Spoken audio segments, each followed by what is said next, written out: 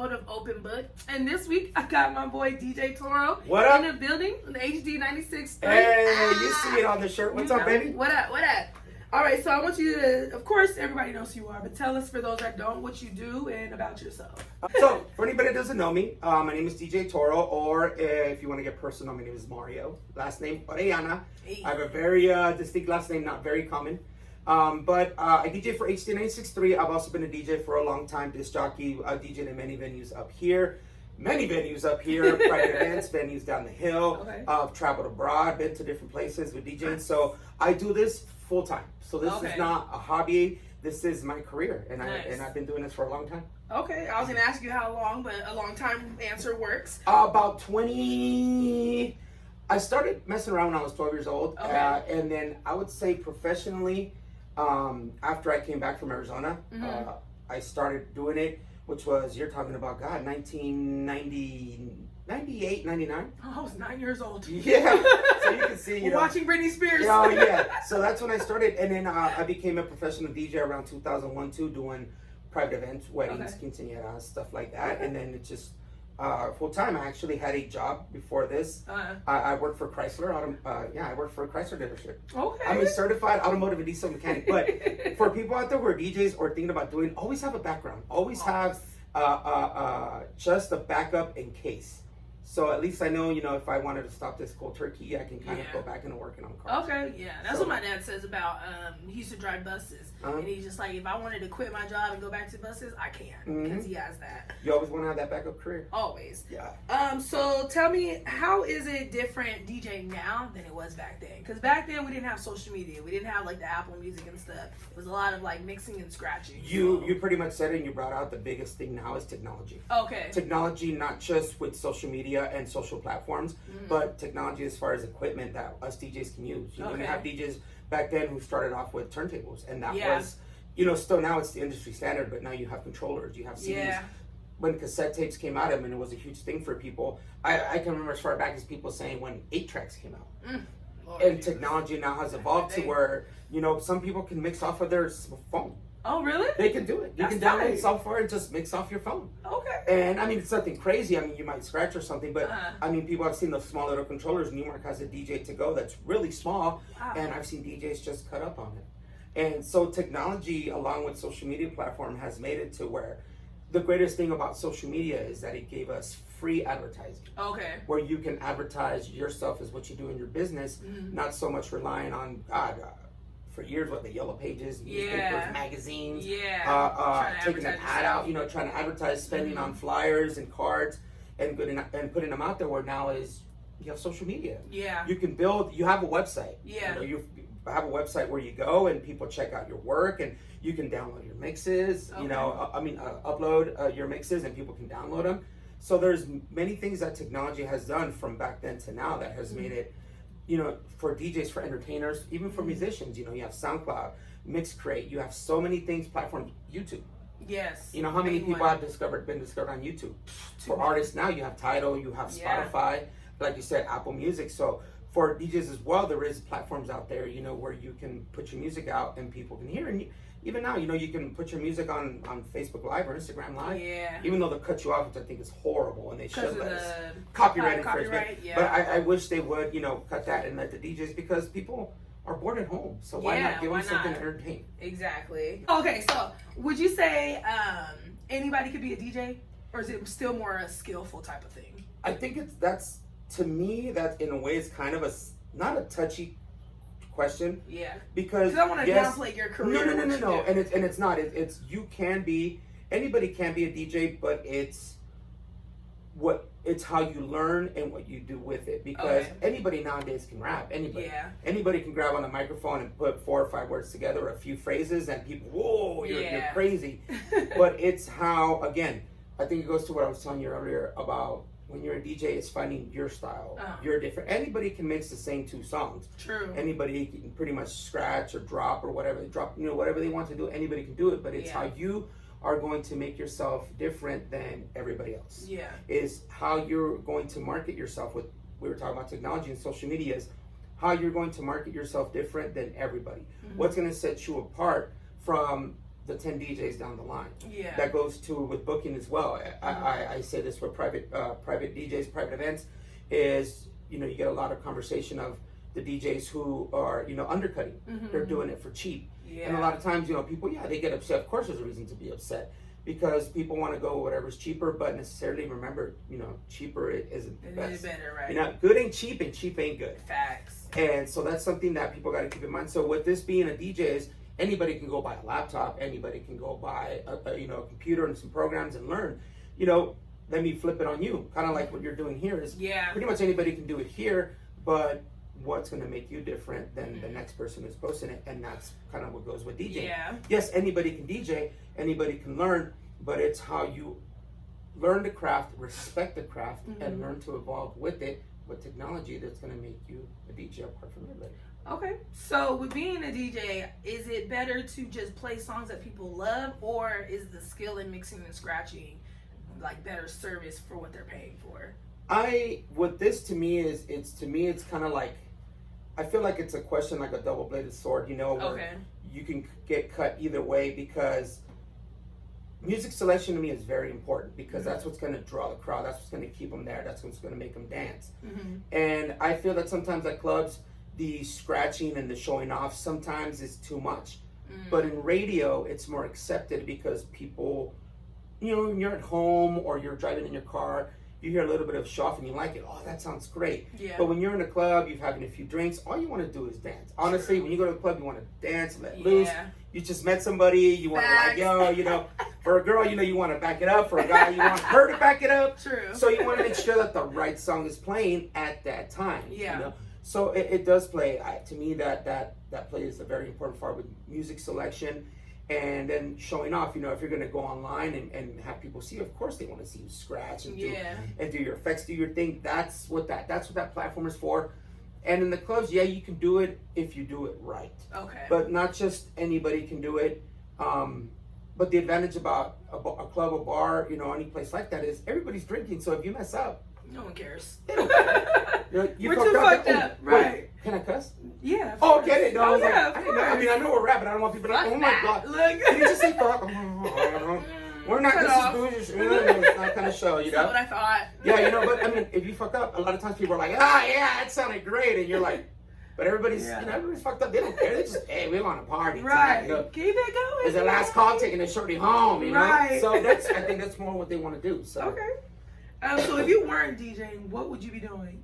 Probably what I studied for, which is I have a degree in automotive and diesel technology. Okay. So I graduated UTI. If anybody out there, Universal Technical Institute, Arizona, Phoenix, Arizona. Yeah, they used to shit on UTI, but UTI is actually really amazing. So, like I said, I worked for Jeep. When I started, it was called Jeep Eagle Chrysler Plymouth of Ontario. But I remember that. And when I left, it was simply called Jeep Chrysler of Ontario. Wow. Because they lost. It's gone. Yeah. So now, I mean, I know it's still there.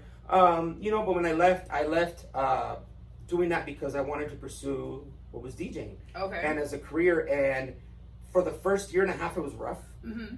And then it's been great. It's been a blessing. It's been amazing. Right. It's been amazing, and it's been great. So, but I think if I wasn't DJing, I probably be just working on cars, because I like working on cars. I never had the love for it, but I love DJing. Mm. So in the end, it's like they say, love, you know, do what you love. Yeah. And that's what I did. Okay. But I like working on cars. Yes, I do have a little bit of my moments when, of course, you know, like anything, you get upset. I have a temper. For those that know me, I have like a short fuse. Oh, so yeah, I can get mad pretty quick. I've never seen you upset. That's crazy. It's rare, but it's, you know, those I think sometimes I get upset with the wrong people. Mm. But again, you have to learn from that, you know. Yeah, true. So so I had that moment, but I think it's, like I said, I probably would be working on cars, which, like I said, I had a blast doing and enjoying it. But it just wasn't my true passion and my true love. Oh, okay. As to where DJing is. DJing is. Okay. Yeah. How would you describe your style then? Oops, don't drop in water. My style, I think, is my own. Mm-hmm. I've never considered myself an amazing DJ. I consider myself a great DJ. I know a lot of people, oh my God, Toro, you this and this. But I'm not necessarily a scratch DJ. I'm a blend. I blend music. I play music.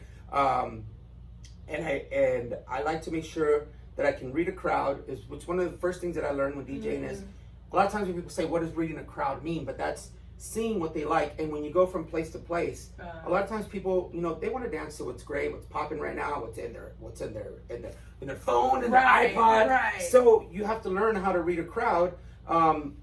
It gets a little bit difficult. I'll put this on blast. In the high desert, man, it's hard to be a DJ because they just want to hear the same music. Shit. Over and over and over. You know what's sad is everybody wants to hear a song that shows you how to do a dance. I'm tired. TikToks. I'm tired of doing the Cupid shuffle and wobble and all those family reunion songs. Yes, family reunion songs and Suavemente and oh wait, no, oh my god. I like how I said Suavemente, like I don't know how to say it in Spanish. Right. Suavemente, like I don't know how to say it in Spanish. I love that song. But it gets people going. But as a DJ, you gotta know that, like that's a good example. As a DJ, that's what people want. So you gotta play it, even though you don't want to. But like Jay-Z said in his song, it gets the people going. First off, well, not Jay-Z. You can't quote Jay-Z because you don't play Beyonce. I'm not a fan of Beyonce. Okay, I don't want the Bayhive coming after him, but I'm not a fan of her music. I've never. You tripping? I think earlier Beyonce was better than now. Oh yeah, because she just be in her feelings now. Yeah. So I think earlier Beyonce, just like don't get me wrong, Jay-Z, Reasonable Doubt, great album. Oh yeah, probably one of the 444 was pretty good. 444 was okay. So he's got some good stuff out there, and I think Beyonce, like I said, Beyonce early was great. Now it's just I don't know.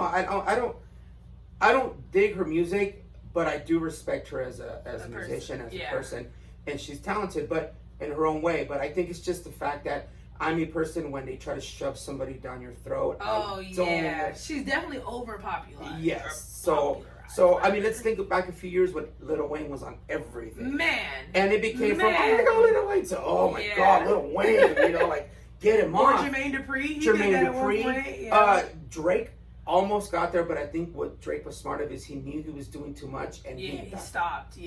Took care of kind of cut himself, and he's like, I'm gonna do enough to make sure I'm there, but not too much to where people are like. Oh. But then he came back with Tootsie Slide. I was like, bro, that song would not be dope if there was no dance to it, because that song is trash all the way around. I don't care what anyone says, it's trash. Okay, so we're gonna go ahead and get personal with you real quick, just a little bit. I ask everybody this first. Are you single? Yes, I am. Okay. I am. Are you dating? Kind of. Looking. Okay. Looking.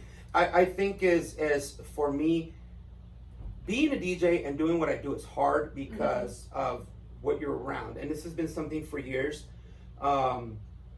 So finding a woman that can understand what you do, it's great. I've had a few that understand that, which was amazing. But it's just late nights, early mornings. They want you home. They want you home, and sometimes on the days when they want to do something, which might be their day off, you're working, and taking your girl to the kids come to play or something, and taking your girl to the club all the time is not necessarily a date. It's not because you're working. Because you're working, so it's rough, but. So it's this in this it's hard, and I've talked to a lot of DJs who understand that because, like I said, the late nights, the work, you don't have early mornings. But I think the one thing for me that I thank God with this is my late nights and me being up, I'm able to be with my kids. Yeah. So I'm able to be with them and be with them during the day and pick them up from school or when school was open and take them to school and everything. So that I liked that advantage. But when it came to finding that love, it's hard. It really is, because your time, like they say, time is of the essence, and you want to make it worth it. But again, that person almost has to be in your, how can I put it, in like your time frame. Room. Yeah. And you're not going to find anybody that because they want you to be on their time frame. So it's usually how it goes. Yeah. So you have to be able to give and take, and you have to be able to respect that person if you want them to respect you. True story. Okay, so what is your type though? What are you looking for in a woman? I'll tell you this. Look, I've always told those that know me and I've had this conversation with many times know this. The first thing that I notice in a woman is an ass. If she has a nice ass, girl, here we go. And hair. Okay. But real hair or weaves acceptable? I like girls with straight hair. Of course you do. But here's the thing. You can have all that, but if I sit down with you and you can't have a conversation, oh Lord, say it again. You can be as pretty as you want on the inside or on the outside. Yeah. But if you cannot hold a conversation, just talk about anything and you're just you have no character, that kills it for Or me. if you talk about yourself. And I think with that, it goes to all of us, regardless of who you are. They can say, "Oh, I like this," or "I like this." We're all shallow in a way because the first thing we do is when we see somebody we're attracted to is, they look great. You don't think about the inside. You think about how they look on the outside. So, of course, I think we're all guilty of it is when we see somebody, oh, man, Yeah. I think with guys, you're going to have a guy who's going to notice ass or tits first. True. Regardless of. That's the first thing they're going to notice. So, that's what's going to catch the eye. But it's how you can look aside from that to pay attention to somebody, like how they are, how they have a conversation. And then get to know them as how they are in their mind and in their heart. Okay. So, but it says a lot. But again, if you just can't have a conversation, what's the whole point? That's true, because you talk. Yeah, exactly. DJ, duh. Yeah. Okay, so so you probably answered my question, but what are some of your biggest turn-ons and turn-offs? God, turn-offs, like I said, is not being able to have a conversation, not paying attention, not listening to what. When you're talking, when you're having a conversation with somebody, pay attention. It's very important to me that, and then in return, you have to be able to do that for the person, because you can't hate something but then do it to them. Yeah, that doesn't make sense. True. So in a way, like a turn on is the opposite of that, of somebody who pays attention to you, who understands that, and also knows that they're doing that for you, and you're willing to do that for them. Yeah. So that's something that's great, because it does come into, we're having a good conversation and everything, and you're gonna have, like many, you're gonna have ups and downs, and when you have downs, it's how you recover. Yeah. So also they say it's not, it's not really about how you fall, it's how you pick yourself back up. Mm-hmm. So with somebody, as a turn on, if that person can help you pick up, and I think that's great. Okay. Hi, ladies. He's single. Okay, so there's a myth about DJs. I'm not sure if you can answer this, but DJs and security guards. I don't know how big of names you've DJed for, but they say that you always have to go through the DJ and the security guard first. Is that true? Well, when you show up to any place, of course, a security is one of the first people that you see. Mm-hmm. You befriend a security guard, or you're cool with a security guard. Even if you forgot your ID, they know who you are. Yeah. You're going to get in. But a lot of times, the security guard is not the one who's not going to let you not pay. Where a DJ can be like, I'll put you on my guest list. I'm going to get you in. Now, the DJ, of course, is everybody wants to hang out with the DJ. Or know who so the DJ knows all the VIPs, all the important people, everybody who's in bottle service. Yeah. So a lot of times it's like, yo, some of my homegirls are coming. Say your boys are like, yo, we're trying to find some girls. Well, I got a group of girls coming. You guys got VIP. You need girls. They want to hang. Let's go. Security guard again. Sounds like a pimp. It does. It really does. With anything, it's pimping ain't easy. Right. But it does. It sounds like a pimp, because and at the same time is you want people there because you want people when you're DJing to make you look good. Yeah. And then of course security guard, the same thing is they know the right people. They can let them in, or they can tell somebody at the door like, yo, it's my friend. Let him in. Yeah. Cool. That'd be dope. And if you get too fucked up, the security is not gonna kick you out. Oh yeah. See? I felt they might be like, hey, they might, Look, I left my phone on. I got messages. Yeah. I swear, those that know me, my phone goes off all the damn time, like messages. I said silent, but it's okay. No, it's I won't. No. So, how much ass have you gotten off of being a DJ? Oh my God! I like that question, because here's the thing. You asked something, and when you were asking the first question, I thought that's where you're going. Is that obviously the stigma that DJs get is they're players. They get a lot of, like you said, they get a lot of ass. They get girls. I think when I was younger, I thought in that way, but it was never my thing. I think because I always wanted to find just one good girl, one good woman. Look at you being the good guy. But I mean, it's not to say that I haven't, because don't stop being a man. I was gonna say. For you to think that, oh no, I saved myself from right. But it's again, you don't want to be part of that stigma. You don't want to be part of that association of, oh, you're a player. You get mad hoes. You got all the hoes. Like I still get people like, Toro, where the hoes at? I don't know. Don't ask me.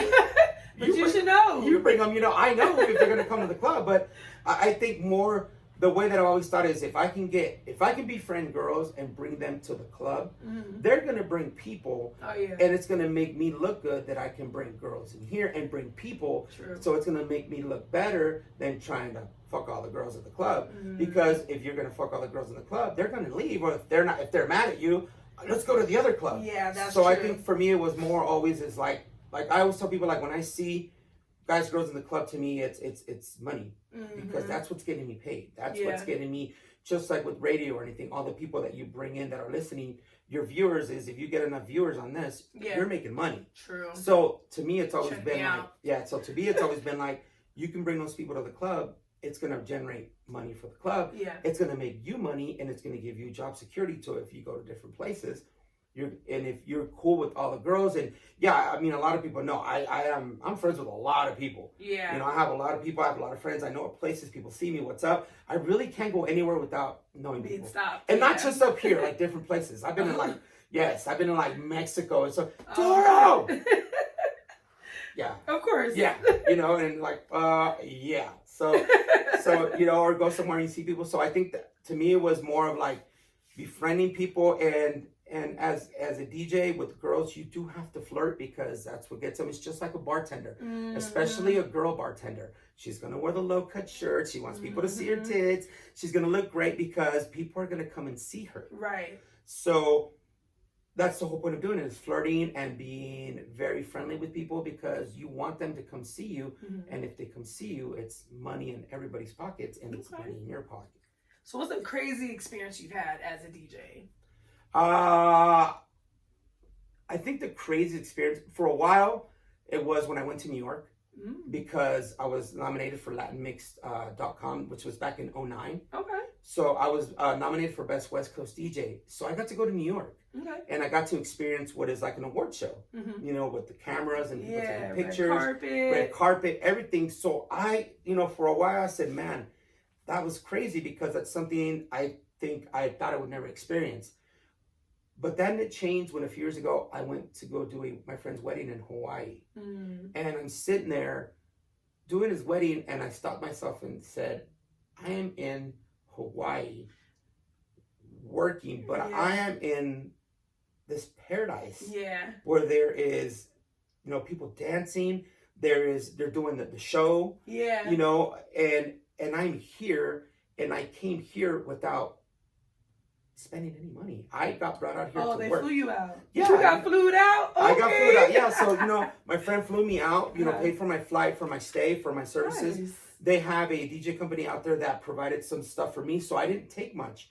So when I sat there, I realized, like, I had been to some great places DJing, but I'm in Hawaii, literally steps from the ocean, you know, and I'm here, and I'm watching a luau show. Yeah. And I'm DJing. That's tight. And I'm having a drink. So to me, it was like, that was crazy, because I never thought that I would be in places. And I know other DJs that I'm cool with that, you know, work, you know, I have a friend who works in Dubai, and he said it's amazing out there. So I have friends who just travel. So sometimes they catch themselves and just go like, I'm DJing and I'm here. Yeah. And I'm here not because I'm on vacation. Technically, yes, but I'm here because DJing has brought me here. I'm getting paid to be here. Right. And I'm learning, and I'm seeing what is the culture of so many different cities. That's so amazing. That's, if anything, that should be motivation to keep doing what you're doing. Yes. For anybody, like, to have that moment where you're like, dang, I'm here because of what I'm doing. I've been to many great venues and many great places, and done many great weddings for people that you catch yourself and go, this is crazy, the amount of people, or where you're at. I mean, I've been to San Francisco to do events, Mexico, Central America, like I said, New York. I've been to Texas, Arizona. I'm trying to think of some of, you know, states, Oregon, Seattle, that I've been to DJing, that you're there and you're like, I'm here because of what I do. Right. You know? Yeah. So I'm here because I'm a DJ, and I didn't spend any money. You know, they paid me to be here. I brought my own money if I'm going to buy something. Of course, I'm going to eat or drink or hang out. Yeah. But you're like, wow, I'm here, you know? And I think with doing like weddings is you get to see, the one great thing about doing weddings is you get to see love grow and flourish, you know, because people are in love, and they're getting married, and it's great. Mm-hmm. It's great because it just makes you just appreciate life that much more of how people can really be in love and just want everybody to experience it. Okay. All right. So we're running out of time, but that was an amazing interview. Thank you so much, DJ Toro. Everybody for sitting with me, watching with me, learning with me, because you see he was dropping gems. If you were paying attention, he was dropping gems up in here, okay?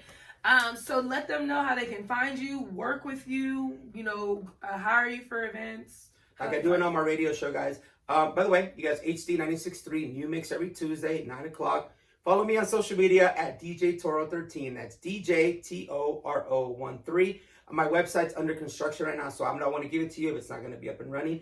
But my social media is the best platform where you guys can find me again at DJ Toro 13, DJ Toro 13. Listen to me at HD 96.3, HD Hip Hop 963.com. You guys, that's where you can listen to us anywhere in the world. And that'll be in the link in the bio at the bottom after all of this stuff. Also, we're trying to work on something, Toro Taco Tuesdays, you know what I'm saying? Toro Taco Tuesdays. Yes, we're going to work on that as well. We're going to eat tacos and just talk. And listen to his music and his mixes. Why not? And just talk about just stuff. Just anything. Just so let me know. You know? Yeah. We're gonna talk gems for you guys. Gems and all that. Mm-hmm. Thank you so much, you guys. And we'll catch. Thank you guys. I appreciate your time. Yes. We'll catch you guys next week on Open Book.